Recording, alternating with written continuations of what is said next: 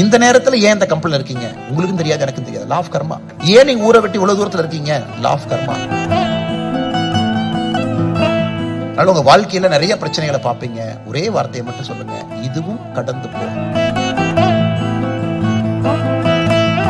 பழைய சைனீஸ் ஸ்டோரிங்க. இது எதுக்கு நான் உங்களுக்கு வாழ்க்கையில ஃபேட்டை பத்தி, கர்மாவை பத்தி சொல்ல வேண்டும் என்பதற்காக இந்த கதையை சொல்றேன். 2 விவசாயிகள் இருக்கிறாங்க சைனாவுடைய ஒரு பகுதியில. ஒரு விவசாயிட்ட 2 குதிரை, இன்னொரு விவசாயிட்ட 1 குதிரை. அந்த விவசாயினுடைய 1 குதிரை வச்சிருக்கிற விவசாயி குதிரை ஓடிடுது, காணாம போயிருது. நம்ம கிராமத்துல உங்களுக்கு தெரியும், மாடு இறந்துட்டா கூட நம்ம எல்லாம் போய் துக்க விசாரி, ஐயோ மாடு இறந்துச்சுங்களா, ரொம்ப சாரி. ஏன்னா உங்களுக்கு அது ஒரு அசெட். அதே மாதிரி எல்லாம் வர்றாங்க, அண்ணே என்னன்னே பேட் லக் உங்களுக்கு, ஒரே ஒரு குதிரை வச்சிருந்தீங்க, குதிரை ஓடி போயிருச்சு, what a bad luck for you. அது சொன்னார், பரவாயில்லைங்க இதுவும் கடந்து போகும் அப்படி. கொஞ்ச நாள் கழிச்சு சண்டை வருது. ராஜா சொல்றாரு, யாருகிட்ட எல்லாம் குதிரை இருக்கோ எல்லாம் குதிரை எடுத்துட்டு வாங்க, சண்டைக்கு போலாம். ஒரு மேல் உங்க வீட்டுல குதிரை இருந்தா கண்டிப்பா சண்டைக்கு வரணும். அப்ப ஓடி போன குதிரை அந்த தோட்டத்துக்காரர் சண்டைக்கு போக வேண்டாம். ஆனா பக்கத்து தோட்டத்துல குதிரை ஓடாம இருக்கு, அவரு குதிரை எடுத்துட்டு சண்டைக்கு போறாரு. அப்ப எல்லாம் வந்து குதிரை காணாம போனோம்னு சொல்றாங்க, அப்பா எவ்வளவு பெரிய லக்கு, நீங்க சண்டைக்கு போக வேண்டிய அவசியமே இல்ல, உங்க குதிரை ஓடி போனாலும் நீங்க வீட்லயே இருக்கீங்க. ஆனா பக்கத்து தோட்டத்துல பாருங்க, அவர் குதிரை வச்சிருந்தனால நீங்க போருக்கு போறாரு, என்ன வேணாலும் நடக்கலாம் போர்ல. அப்பவும் சொல்றாரு, இதுவும் கடந்து போகும். அந்த குதிரை வச்சிருக்கிற போருக்கு போறாரு, போர்ல சண்டை போடுறாரு, காலை இழந்து விடுகின்றார். அந்த வாரில சண்டையில கால் போயிரு. உடனே வீட்டுக்கு வர்றாரு, எல்லாம் அவங்க வீட்டுல போய் சொல்றாங்க, ஐயோ பாருங்க குதிரை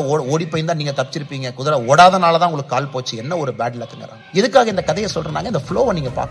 எந்த தோட்டத்துல அந்த குதிரை ஓடி போச்சோ அந்த குதிரை ஒரு 6 மாசம் கழிச்சு இன்னொரு குதிரையோட தோட்டத்துக்கு வருது, 2 குதிரையா வருது. மறுபடியும் ஊர்க்காரங்க வர்றாங்க, ஆனா சூப்பர்னா ஒரு குதிரை ஓடி போச்சு, 2 குதிரை வீட்டுக்கு வந்திருக்கு, சூப்பர் லக்கி நான். அதுக்கு அந்த விவசாயி சொல்றாரு, இதுவும் கடந்து போகும். அப்ப அந்த விவசாயினுடைய மகன், சரி நமக்கு தான் 2 குதிரையா வந்துருச்சு, அப்பாட்ட சொல்றாரு, அப்பா அந்த குதிரையில ஏறி நான் போட்டுமான். அப்பா சொல்றாரு, போயிட்டு வாப்பான். சோ எந்த குதிரை ஓடி போய் இன்னொரு குதிரையோட வந்துச்சோ அந்த விவசாயி மகன் அந்த குதிரையில திரும்ப ஏறி போறார். கீழே விழுந்து இடுப்பை உடைச்சுக்கிறார். மறுபடியும் கிராமத்துக்காரங்க வர்றாங்க, என்ன பேட் லக் சார், ஓடி போன குதிரை இன்னொரு குதிரையை கொண்டு வந்து அதுல உங்க மகன் போய் இடுப்பு உடைஞ்சு போச்சு.